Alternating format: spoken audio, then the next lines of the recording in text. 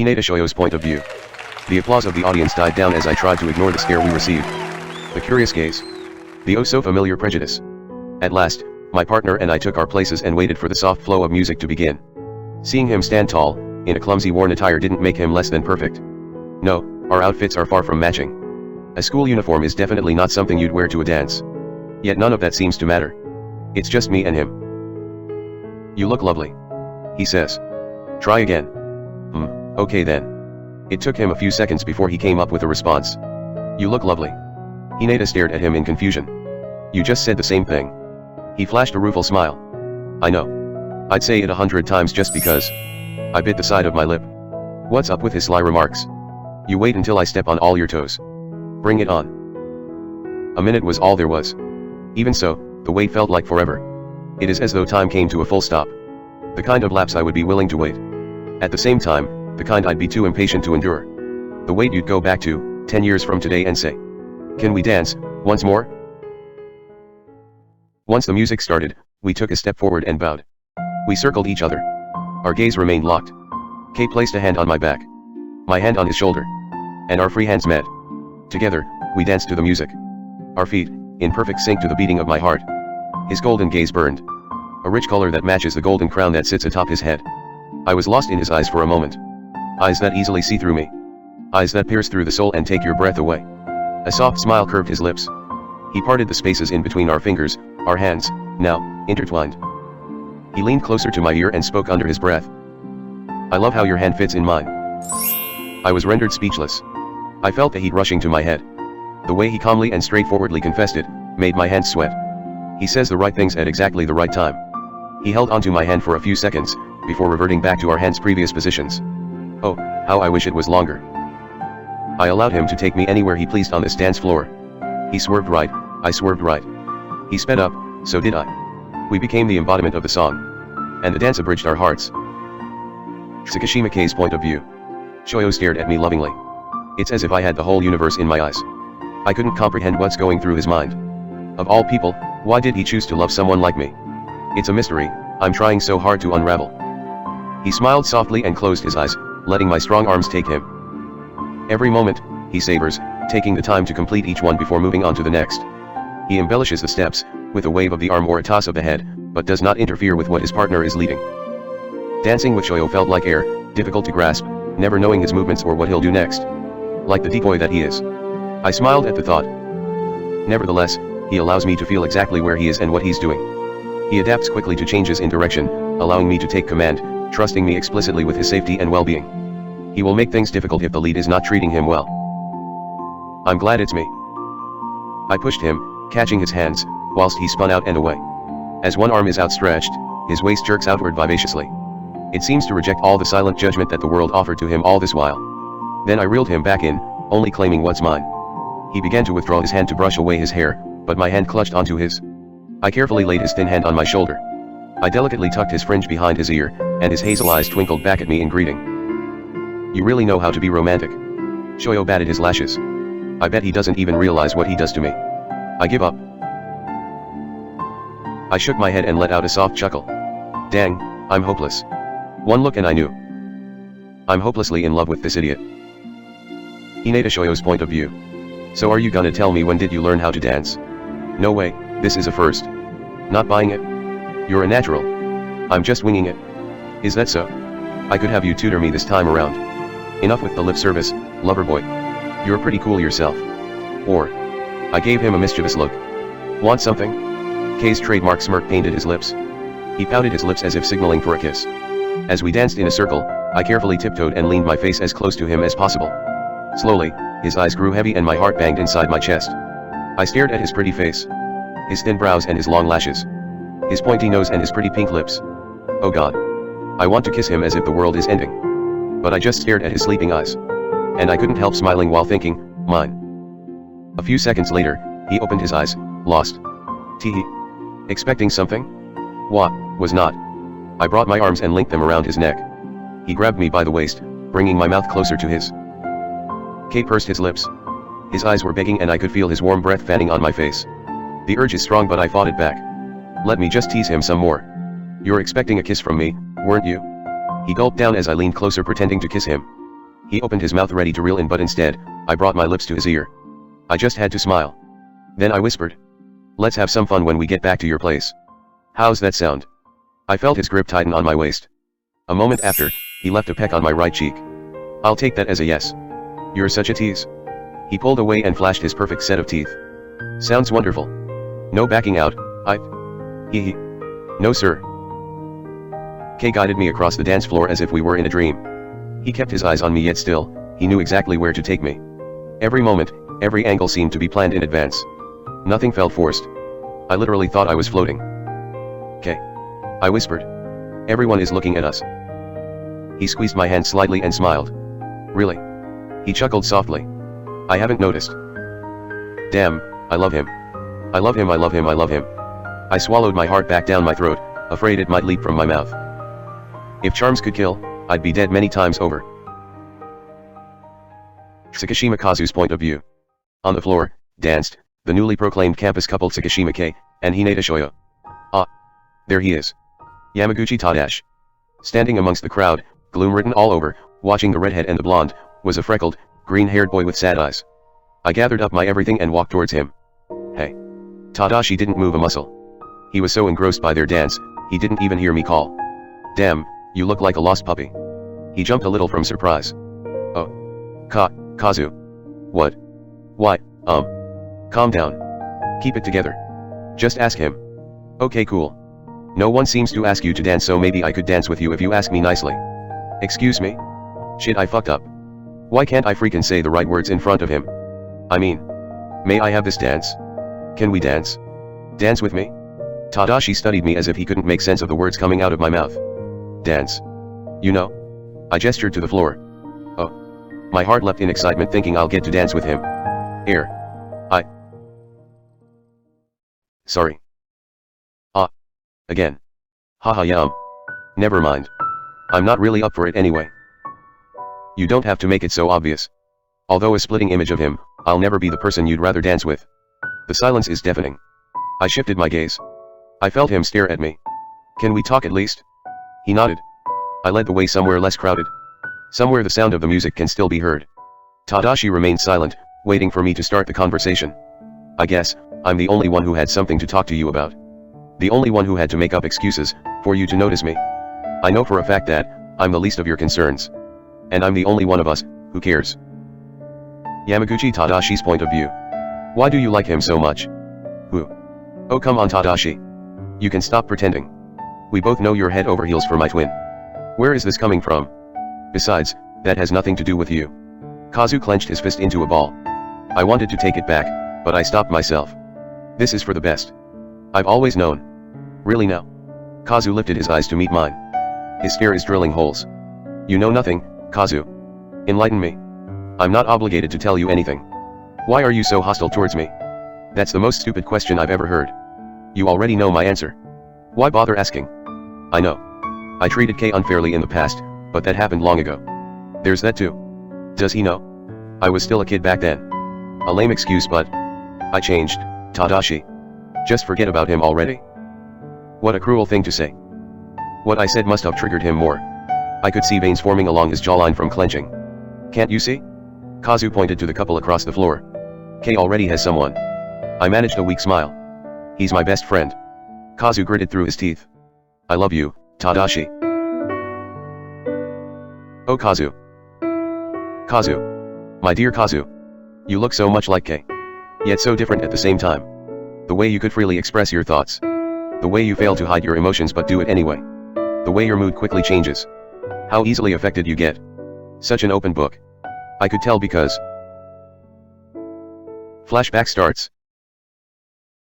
Friday 2:05 p.m. Your face is so freckly, Tadashi. Why are you so wimpy? Tadashi fell down as one of the kids his age aimed his bag at him. You need to train your body, so you're in charge of carrying the bags. All of the other kids made Tadashi carry their stuff. His eyes watered from all the bullying. Seriously? You're crying? He cries over everything. Crybaby. Coincidentally, a tall blonde walks by. He stopped and stared at the other kids including Tadashi, staring right back at him. But what? They're ganging up on him. That's so lame. No. It came out wrong. That's not what I wanted to say. Crap. Let's walk away. Okay. What do you want? Kazu dashed towards his brother. Book stacked by the table, Kei diligently studied in the middle of the room.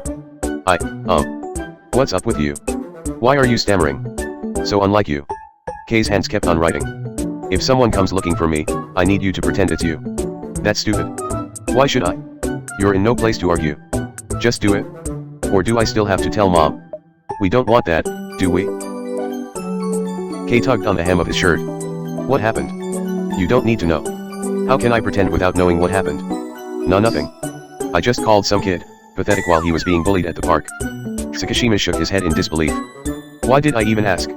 It's not like I did it on purpose. It just came out wrong. Ha, alright. Just for a day, okay? Then you have to tell him it's you. Screams. Thanks bro. You the best. Konnichiwa. A green-haired boy entered the gymnasium of the school Kei was attending. Thank you for the other day. He's from my class. Yamaguchi, was it? The other day. At the park. The park? What? This is the person Kazu was talking about? Well, I wanted to play some sport too. There are a lot of scary guys in baseball and soccer, but this seemed safe. Tadashi studied Kei. Is he really the same person from then? He looks different. Yamaguchi Tadashi started hanging out around Kei from that point on. Despite not being the type who had a lot of peers, Kei didn't mind much. Neither did Yamaguchi. Kei figured, Kazu must have gone and told Yams about the other day. Yet, Yamaguchi still couldn't let go of the uneasiness he had ever since meeting Kei. Something felt out of place. Wednesday 3:39 p.m. Yamaguchi decided to visit the same park after some time. He figured, a little contemplation would help. As soon as he arrived at the park, he noticed a tall blonde, sitting on the playhouse just about its frame. Pust. Oi. Tadashi walked closer towards him. Over here. After a few calls, his head swiveled towards Tadashi's direction. Tadashi came to a full stop as he reached the pen. Eek. Tadashi. Ahaha. What are you doing here? Shucks. He didn't notice it's me, did he? Tadashi's cheeks flushed. Why is he calling me Tadashi? You visit the park often? Tadashi took his place on an empty space by his side. No. Just today. Kazu shifted his eyes, avoiding direct contact. What a bad liar. You sure? I could have sworn I saw you here the other day. It's a lie. Yeah. I just remembered, I was here then. In fact, I come here every day hoping you'd pass by. Kei, that lucky bastard. To think they're in the same class. I wish I went to the same school as them. Tadashi stared him down. Kazu fidgeted nervously. Is there something on my face? You're not a ghost, are you? He's silly. What if I am? You gonna run from me? Tadashi's eyes glimmered. Kazu crossed his eyes, lifted his arms, tilted his head to the side and stuck out his tongue. Playfully imitating ghost actors he had seen too many times on TV. Awoo. Puffed ha ha ha ha. Kazu smiled at the sight of Tadashi giggling. Hee. You're funny. You know? Kei would never say that. What do you mean? I'm Kei. And I just did. Kei is cynical. He wouldn't even entertain the thought of them existing. Without a doubt, he'd tell me off, saying it's nonsensical to prove Kei is him. What? You're using really big words for a grade schooler. He understood it just fine though. Anyway, I was just kidding around. Is that so? Tadashi wasn't convinced. He decided to push his buttons more. Let's see if he'll take the bait. Oh, did you know? This morning, Akira was drinking his milk and Haru made him laugh. Then it went out his nose, ha ha ha ha. Gah. That's painful. And hilarious. Wait, darn. What do I say? Oh, that. Haha. Yeah, it was crazy. It went up the wrong pipe. Kazu laughed heartily. He genuinely found it funny, which made acting a lot easier. Tadashi kept a straight face and fought the urge to burst at Kazu's silly laugh and cluelessness. This is the first time I told you about it though. Were you there? Weren't you at the washroom when it happened? Oh my god. Kei was? Wrong answer. Let's pretend not to know. You mustn't have noticed me when I got back. But no one was in the classroom then. It was only me, Akira and Haru. What was that? We were assigned cleaners today, remember? That's why you went home earlier. Oh but I met him in the hallway. Haru told me about it before I left. He's so confused right now. I wonder when he'll see through my lies. He didn't even notice the contradictions. And here I thought he's a smart one. Hee. Why would Haru tell you something like that? I've never seen you talk to him. Didn't know you were close. It happened recently, so it's not like we're close or anything. I'd be damned if he finds out. Heh. Tadashi stared him down once again. There was dead air between them before Tadashi interrupted. I lied. Pardon. It didn't actually happen. Kazu's expression went sour. Crap. So, is Akira alright? Tadashi nodded. Kazu sighed. More silence filled the air as Tadashi held Kazu's gaze. What now? Are you gonna tell me now, who you are? What's up with you today? Are you usually this fuzzy? Tadashi jolted. Kazu covered his mouth immediately. Oh hell, I'm running my mouth again. No. That's not what I, forget what I said. It's fine. You can be yourself around me. Kazu's cheeks got impossibly hot as he grappled for a coherent response. Kazu's been pretending to be Kei this whole time. Yet there he is, being all nice towards Kazu. Cute. Did you say something? No. Nothing. Kazu bit the side of his lip. He looked down to his hands resting on his lap. No one's ever said that to me before. As I thought. Tadashi lifted his legs and pulled them to his chest. I lied. Yes, you just told me. No, I lied. Kazu studied Tadashi. Akira and Haru. What about them? I made them up. Kazu choked on air. You're kidding, right? We're classmates. Yes. Kazu sighed in relief. Really? No. Not really. Kazu flinched. Seriously? What is going on? Stop playing. They're not real people. No. Tadashi shook his head. Aw, man. I was lying the whole time. I didn't see you here last time either. Wow. I'm an idiot. Well, I guess we're even. Tadashi grinned. I'm Yamaguchi Tadashi, but from the looks of it, you already knew that, haha. It's really nice to meet you. I'm Kazu. Kei's twin. I thought so. That's so cool. What does it feel like to be a twin? That's what he cares about? Cute. So cute. He's so lively. Well, oh, and thank you last time. For saving me. Tadashi shied away. Oh right, that. Sorry. For saying mean things. You still saved me, so it's fine. So why didn't you just tell me? That's. His question made Kazu shift on his seat. Kazu thought it was best to give him silence for an answer. Hey. Can you promise to keep this a secret from everyone? Including my brother. A promise? Only if you promise to meet me here just like today, every day. Kazu was delighted. Although, still hesitant, Kazu made up his mind. Pinky promise. Why make a promise with little fingers? Definitely, the pinky finger is not reliable enough, right? Then. Kazu entwined his fingers with Tadashi, and clasped their hands together. It took Tadashi by surprise. His face burned. Kazu realized what he just did, and his cheeks reddened even more than Tadashi's. Hand promise? Tadashi bobbed his head shyly. Hand promise. From that moment on, Kazu and Tadashi met in private. Their innocence hindered their sight as if it was a secret love affair, and both parties found it exciting to be in each other's presence. Their friendship grew to be strong, even more than it was with Kei. Not once have they mentioned it to him. As for Kei, a twin, it didn't take long before he caught up. He's pleased to see his twin befriend another. He chose to remain silent. The meetups became a routine for both the pure-hearted. Up until Kazu stopped showing up. Completely disappearing without a trace. Leaving Tadashi, with only the ghost of Kazu's past. Flashback ends. Yamaguchi Tadashi's point of view. Your face betrays you. I know. I could easily tell because. For so long. I love you too. I just wish you won't make things harder for me. Don't let my blood and tears go to waste. I placed a hand on his cheek. His features softened to my touch. If only love was that easy. A painful expression spread across his face. Somehow, he looked like he aged 20 years after hearing those words. Tadashi. Kazu placed a hand over mine. I just had to pull away. I don't remember giving you permission to speak my name. Don't be like that. I can make you fall in love with me, if you could just. Look at you. You and your selfish needs. You left me, Kazu. You left me with nothing. What happened to? Tadashi took Kazu's arm, grabbed his hand, and swiftly filled the gaps between their fingers. Hand promise. The awful air made it harder for Kazu to breathe. Surely, you didn't forget about that, did you? Like how you forgot about me. Or was I wrong about that too? Kazu swallowed the lump forming inside his throat. Tadashi's every word tore his heart to pieces. I had my reasons. Reasons, huh?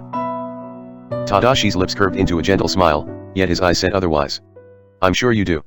Can't you give me another chance? Yamaguchi let out a huge sigh. I'm really sorry, Kazu. I still have some unfinished business to take care of. And a lot more debts to pay. Debts? Bills? Is he low on cash right now? I don't really get it. What is he talking about? Are you serious? Goodbye, Kazu. All life drained of Kazu. Everything's happening so fast his mind couldn't keep up. All he knows is, in this current situation, there's absolutely nothing he can do to stop the love of his life. Tadashi took one last look at Shoyo and Kei, leaving the floor before he spun round. With his back turned, Yamaguchi's tears flowed like a waterfall. If only. If only I met you under different circumstances. Maybe then. Our freedom to choose love will finally be granted.